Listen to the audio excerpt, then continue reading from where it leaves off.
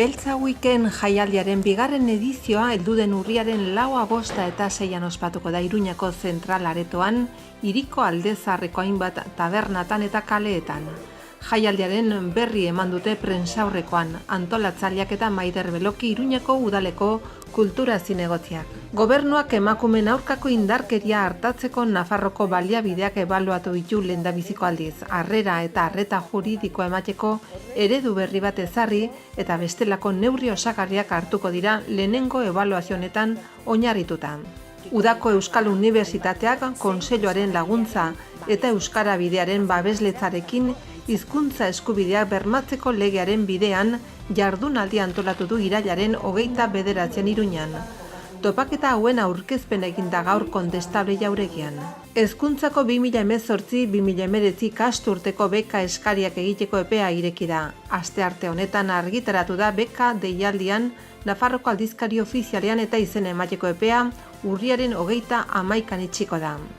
Aintzinako eta bigarren eskuko libururen azokaren 28. edizioa Gaztelu plazan egingo da irailaren 22 urriaren 7. 50.000 liburu egonen dira salgai. Ezagutu ditzagun irailaren 19ko titularrak. Beltza Weekend jaialdiaren bigarren edizioa urriaren 4, 5 eta 6 ospatuko da Iruñeko zentral aretoan, hiriko aldezarreko hainbat tabernetan eta kaleetan.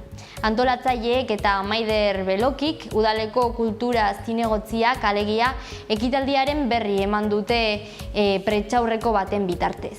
Beltza Weekend jaialdiaren bigarren edizio heldu den urriaren 4, 5 eta 6 ospatuko da Iruñeko zentral aretoan, hiriko aldezarreko hainbat tabernatan eta kaleetan. Iaz bezala musika beltzean espezializatutako hainbat DJ ariko dira eta programazio osagarria indartuko da. Zinema ziklo bat, argazki erakusketa bat eta haurrentzako ekitaldi bat izanen dira. Honen aurkezpena eginda Kondestable jauregian, jaialdiaren antolatzaile taldearekin batera egonda Maider Beloki Iruñeko udaleko kultur zinegotzia. Jaialdiaren inguruko azken berrikuntzak jakitera eman dira. Dire, bai atzerritikan eta bai hemen ingurukoak, hasiko da ziztertukirekin, dela garrantzitsuena edo, da gran dama del sol orokoa, Andre bat, hasi zela gospel kantatzen.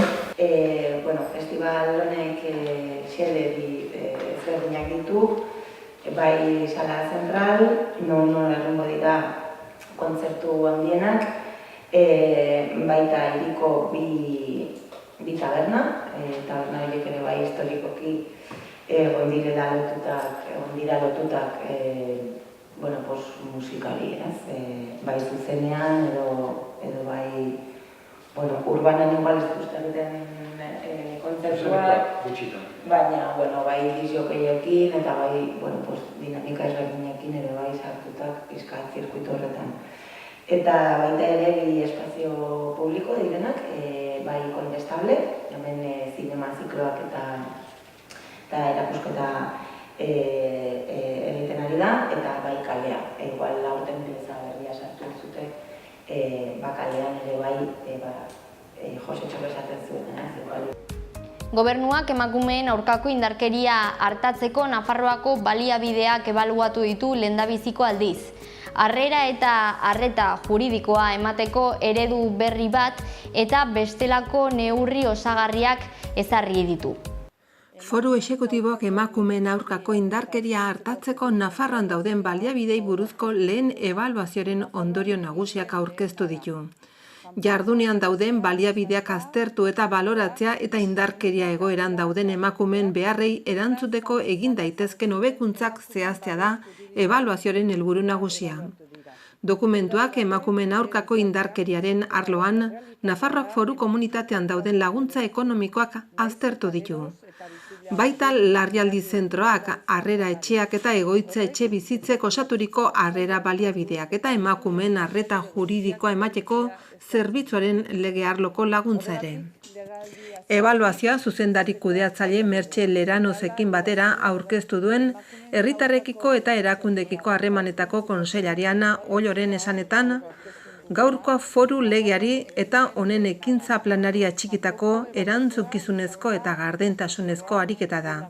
Gure gizartean dagoen errealitateari neska eta emakumeen giza eskubideak urratu, bizitzarako osotasun fisiko eta psikologikorako zein osasunerako eskubideak eta oinarrizko beste eskubide batzuk ukatu eta emakumeen eta gizonen arteko berdintasunaren funtsezko printzipioa hausten duen errealitate hori aurre egitea xede duena.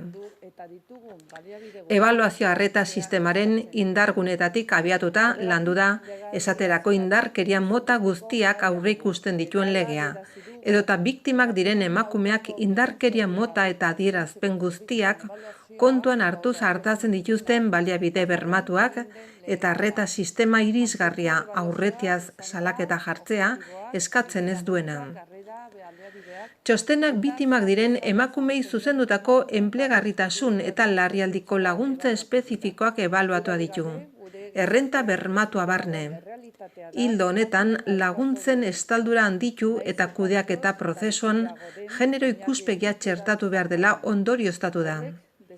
Azkenik txostenak adierazi du beharrezkoa dela biktimak aintzat hartzea aipatutako laguntzak planifikatzerakoan. Harrera baliabideen ebaluazioari dagokionez 3 mailatan egituratu daude, egonaldi laburra, ertaina eta luzea. Txostenak indarkeri mota eta adierazpen guztiei eman beharreko erantzuna hobetu eta seme-alabak artatzeko baliabide gehiago abiarazi behar direla azpimarratu du. Azkenik beharrezko zerbitzuak egitura eta esku hartze eredua, kudeaketa mota eta profesionalak aintzat hartuko dituen baliabideen eredu berri bat proposatu behar dela nabarmendu du, foru legen jasotakoaren arira. Bukatzeko txostenak indarkeria egoeran dauden emakume guztiendako arreta bermatzen duten zerbitzu juridikoak ebaluatu ditu. Ondorio gisa, zerbitzu horien finkatzen maila handia nabarmendu du arretaren kalitate bermatu, formakuntza eredua berrikusi eta zerbitzuen zabalkundean lan egiteko beharrerekin batera. Halaber, txostenak genero ikuspegi tarteko duen arreta juridikoaren eredu berri baterantz aurrera egin behar dela adierazi du. Txostenean halaber epe labur, ertain eta luzean abiarazi beharreko proposamenak bildu dira. Epe laburreko proposamenei dagokionez honako hauek nabarmendu ditu. Salerosketaren biktima diren emakumei ostatua emateko baliabidea abian jartzea. Ia lan harrera baliabideetako personala handitu eta segurtasun neurriak hobetzea, ebaluatutako zerbitzuen koordinazio eta jarraipena hobetzea eta harrera baliabideen eredu berri bat proposatuko duen lan taldea sortzea. Epe ertainean honako hauek nabarmendu ditu, laguntza ekonomikoei buruzko talde tekniko baten sorrera, tramitazioa hobetu eta eskatzaileen birbiktimazioa saiestuko duten irizpide eta prozedurak ezartzeko asmoz. Larrialdizko laguntzen birformulazioa eta kaltea konpontzeko laguntzen implementazioa eta harrera baliabideen kudeaketa eta esku hartze sistema hobetzeko neurriak. Ebaluazioan erabilitako lan metodologia kuantitatiboa eta kualitatiboa izan da. Guztira 153 personak parte hartu dute, 124 emakumek eta 19 gizonek. Baliabideak kudeatu eta horren gaineko erabakiak hartzen dituztenak. Indarkeriatik bizirik iraun eta baliabideak erabiltzen dituzten emakumeak, erakundeak, emakumeen taldeak eta kolektibo feministak, eta emakumeen aurkako indarkeriaren arreta eta prebentzio sisteman parte hartzen duten bestelako pertsona barne hartuta. Ebaluazio lantzeko tekniken artean, banakako zein taldekako elkarrizketak egin dira, baita bizirik atera direnen, kasuen azterketak eta gaien araberako taldeak ere. Udako Euskal Unibertsitateak Kontseiluaren laguntza eta Euskarabidearen babesletzarekin hizkuntza eskubideak bermatzeko legearen bidean deritzon jardunaldia antolatu du. Irailaren 29an gauzatuko da Iruña hirian. Topaketa hauen aurkezpena gaur eginda Kontestable jauregian. Nafarroko aldizkari ofizialean argitaratu da irailak 18 unibertsitateen eta hezkuntza baliabideen zuzendari nagusiaren ebazpena. unibertsitateko, unibertsitate ondoko eta unibertsitatez besteko ikaslei zuzendutako 2018-2019 ikasturteko beken deialdi orokorra onartzen duena. Izen emateko epea 2018ko urriaren 31 luzatuko da, hau barne. Nafarroko gobernuak 4.334.104 euro banatuko ditu guztira. Irakaskuntza edo matrikula, garraio, jantoki ostatu, aparteko laguntza eta espediente akademikorako beketan. Laguntza hauek hezkuntza, kultura eta kirol ministeritzak edo Eusko Jaurlaritzak deituriko laguntzen osagarriak dira. Hezkuntza Departamentua 2018-2019 ikasturteko unibertsitateko eta unibertsitate ondoko ikasleen irakaskuntza, garraio, jantoki ostatu, aparteko laguntza eta espediente akademikorako bekak deitu ditu. Gainera, deialdi honetan unibertsitaterako sarbide ikastaro UNED-en egiten ari diren 25 eta 55 urtetik gorako ikaslek ere laguntzez profitatzeko aukera izango dute deialdian parte hartzeko. Ministerioaren deialdian ez bezala. Nafarroko gobernuak ematen dituen bekak ministerioaren laguntzen osagarriak dira eta telematikoki tramitatuko dira. Beka deialdi hau seme-alabak ez derrigorrezko ikasketa dituzten familientzako dira irakaskuntza, garraio, jantoki eta ostatu gastuak arintzeko. Unibertsitate gradu eta master arautuak, naiz lanbide heziketa, batxilergoa, ikasketa artistikoak, erlijio ikasketak eta hizkuntzak ikasten ari direnentzat hain zuzen ere.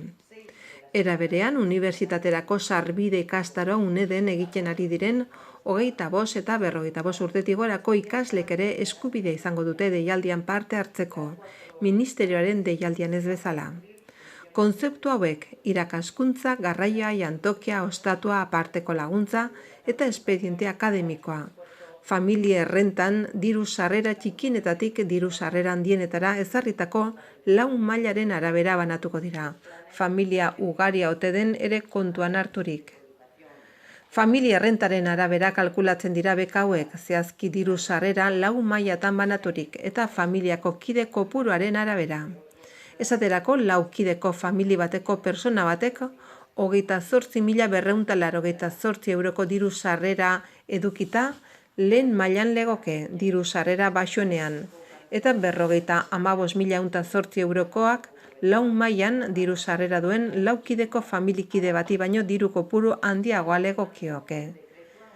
Unibertsitate ikasketei dagokionez Nafarroko Unibertsitate Publikoak eskaintzen ez dituen ikasketak Nafarroko Unibertsitatean zein estatuko beste zentro publiko naiz pribatuetan egin nahi duen ikasleak iazko deialdian lehenengoz onartutako aukera berberetan aurkez daiteke deialdira. Izan ere, aldaketok errekurritu baziren ere Nafarroko Auzitegi Gorenak atzera bota zuen errekursoa, deialdiaren baliozkotasuna adieraziz.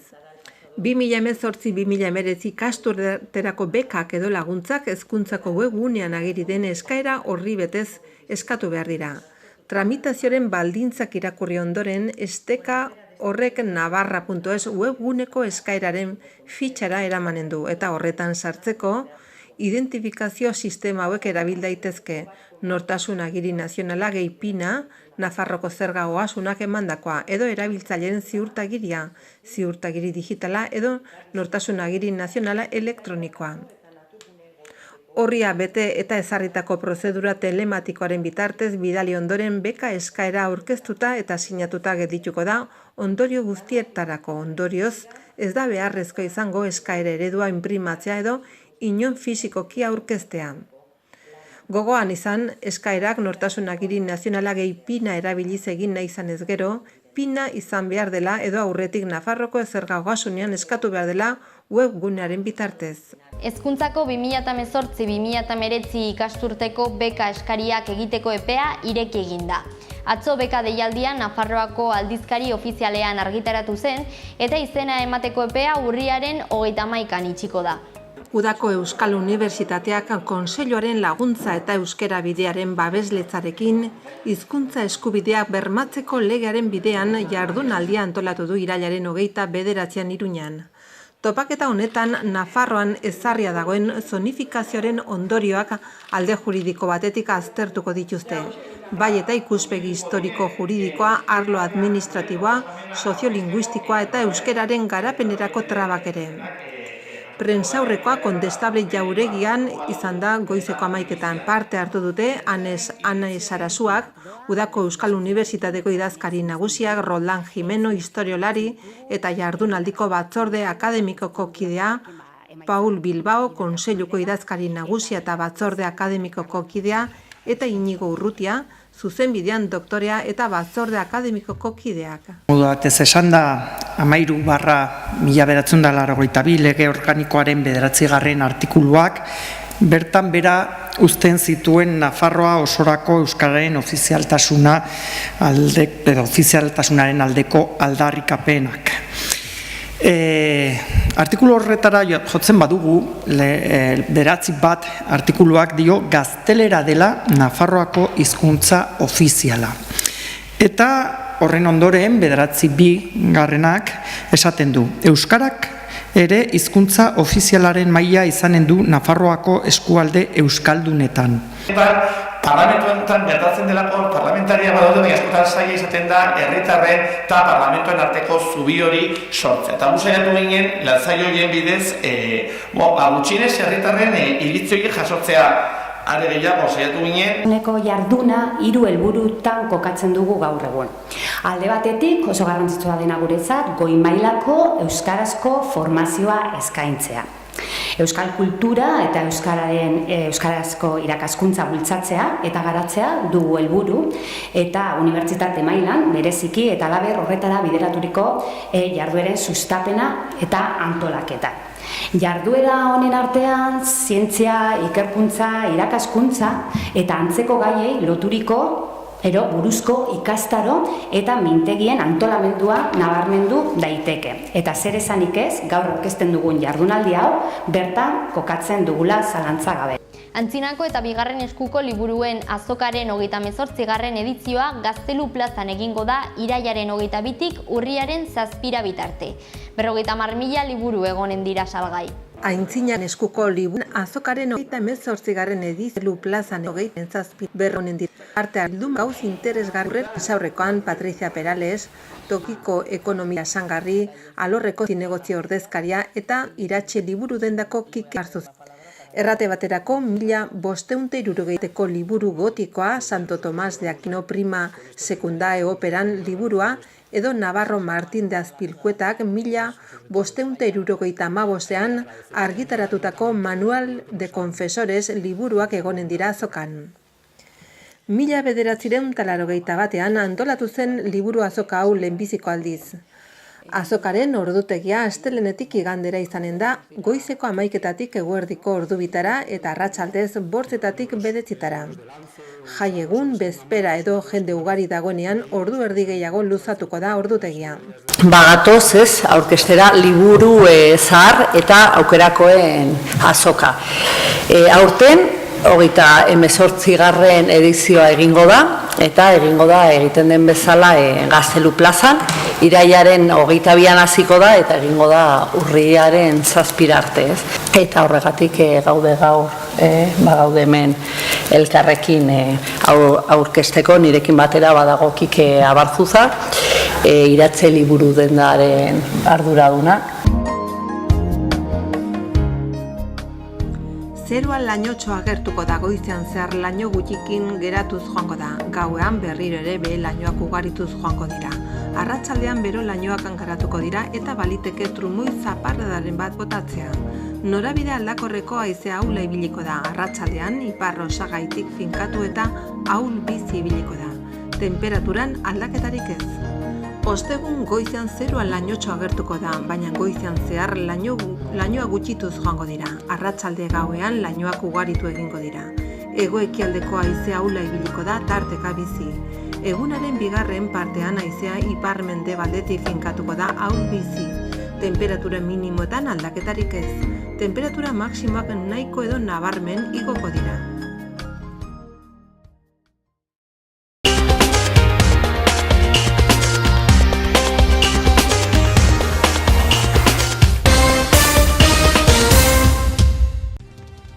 Beltza Weekend jaialdiaren bigarren edizioa helduden urriaren 4, 5 eta 6 ospatuko da Iruñako zentral aretoan, hiriko aldezarreko hainbat tabernatan eta kaleetan. Jaialdiaren berri eman dute prentsaurrekoan, antolatzaileak eta Maider Beloki Iruñako udaleko kultura zinegotziak. Gobernuak emakumeen aurkako indarkeria hartatzeko Nafarroko baliabideak ebaluatu ditu lehendabiziko aldiz, harrera eta arreta juridikoa emateko eredu berri bat ezarri eta bestelako neurri osagarriak hartuko dira lehenengo ebaluazio honetan oinarrituta. Udako Euskal Unibertsitateak Kontseiluaren laguntza eta Euskara bidearen babesletzarekin hizkuntza eskubideak bermatzeko legearen bidean jardunaldi antolatu du irailaren 29 Iruñan. Topaketa hauen aurkezpen eginda gaur Kondestable jauregian. Hezkuntzako 2018-2019 ikasturteko beka eskariak egiteko epea ireki da. Astearte honetan argitaratu da beka deialdian Nafarroko aldizkari ofizialean eta izena emateko epea urriaren 31 itxiko da. Aintzinako eta bigarren eskuko libururen azokaren 28. edizioa Gaztelu plazan egingo da irailaren 22 urriaren 7. 50.000 liburu egonen dira salgai.